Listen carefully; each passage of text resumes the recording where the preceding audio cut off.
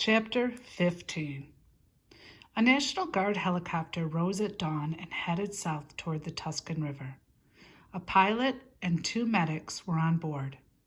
As they neared the river, they saw total destruction below them. Great crevices had opened in the Earth's surface. Half the cars on a freight train had been knocked off the tracks and lay with their bellies in the air like helpless turtles. "This is a wild goose chase," the pilot said. "We agree," one of the medics replied, "but we need to go. If we don't, one of us will have to tell Mr. Palmer that we didn't bother to look for his kids." "You have to feel for that guy," the second medic said. "I can't imagine losing one of my kids, much less both of them at the same time. I wonder how his wife is taking it." "There's the bridge," the pilot said, "what's left of it." The medics looked down where Magpie Island used to be and shook their heads. Below them, they saw only the rushing water of the Tuscan River. "I expected the tops of trees would still stick out of the water," the pilot said. "Maybe any trees still standing after the quake were washed out by the river." "That water is moving." They continued to look down. Uprooted trees, a telephone pole, and the shingled roof of a small shed floated in the water behind the downed section of the bridge, trapped against the steel girder that now angled into the river. The Tuscan had flowed farther upstream too, washing out several homes. A child's wooden swing set with the slide pointing straight up floated past the broken Magpie Island bridge.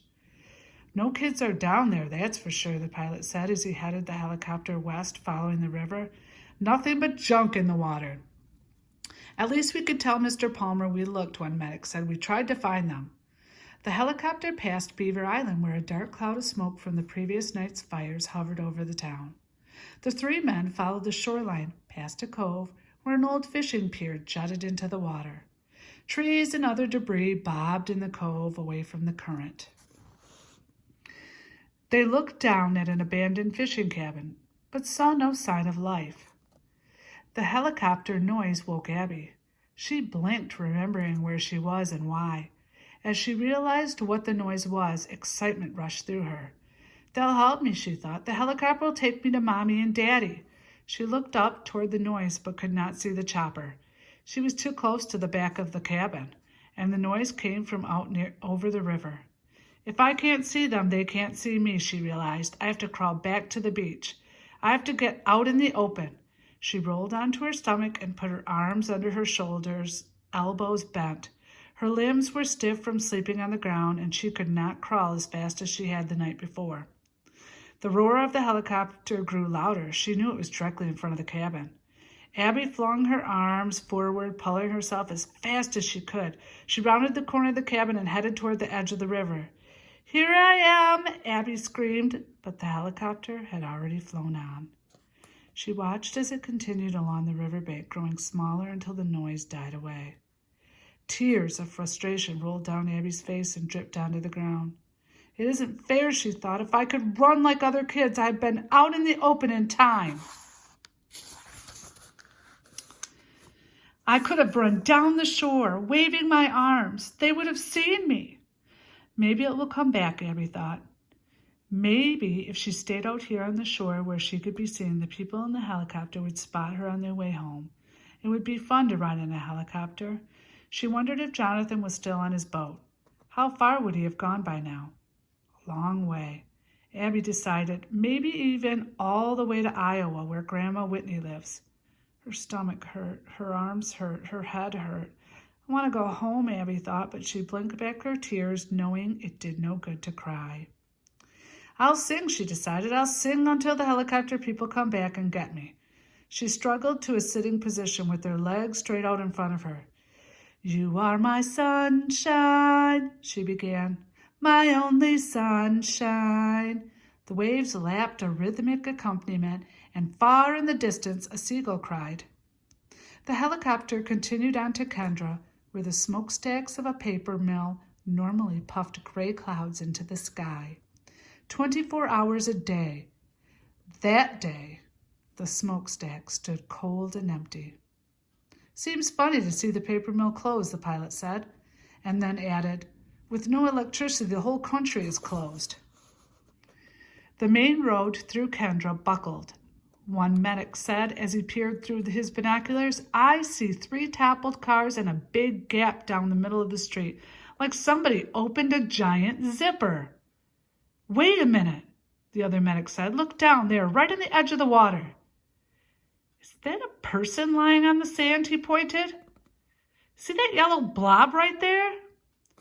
The helicopter circled back for another look. The second medic swung around and aimed his binoculars where the first man pointed. "It's a dog," he said. "A dead dog washed up on shore." "It isn't dead, it moved." "You're right, it's getting up. Wait, there's a body too. The dog was lying on top of a person."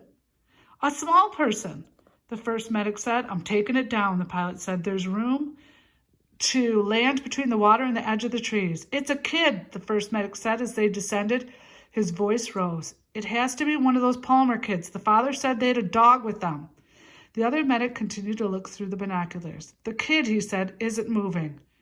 Jonathan lay stomach down, his cheek resting on the wet pebbles. The noise of the helicopter filled his head. Beside him, Moose barked his warning bark.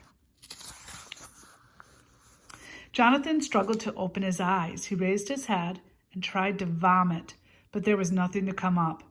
He lay back down with his eyes closed. His head felt as if someone had smashed him with a hammer. The noise grew louder, a pulsing roar that surrounded Jonathan, pushing in on him from all sides.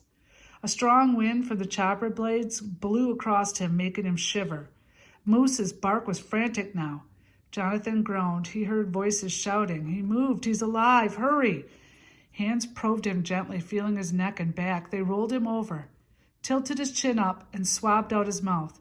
A blanket went over his legs, bringing welcome warmth. "Good dog," one of the voices said. "You're a fine, loyal dog. Look at that goose egg on his head," another voice said. Dimly, Jonathan was aware that his blood pressure was being taken, that his arms and legs were being checked by someone obviously trained in medical procedures.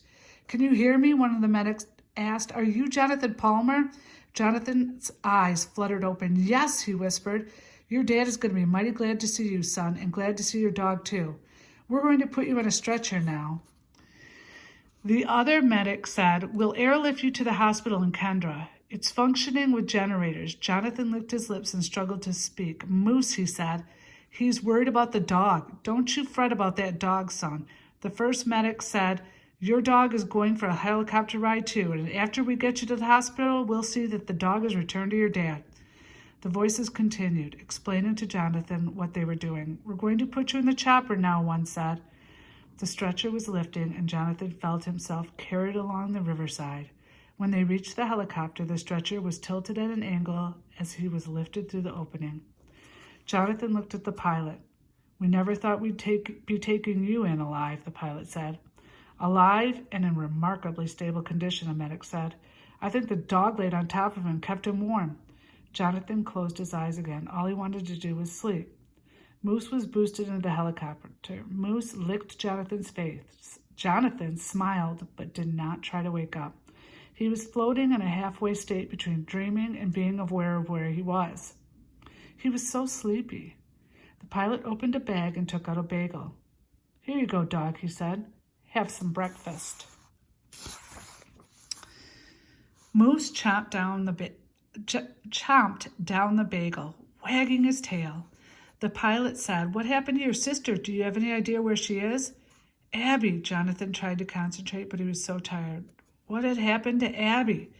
She was singing, he thought. She was riding a boat and singing. 99 Raggedy Anns on the shelf, 99 Raggedy Anns. Try to remember, Jonathan. Try to tell us where you last saw your sister. But Jonathan couldn't form his thoughts into words. Without answering, he sank into a deep sleep. The helicopter rose noisily into the sky. Instead of going back along the Tucson the way it had come, it continued west toward Kendra.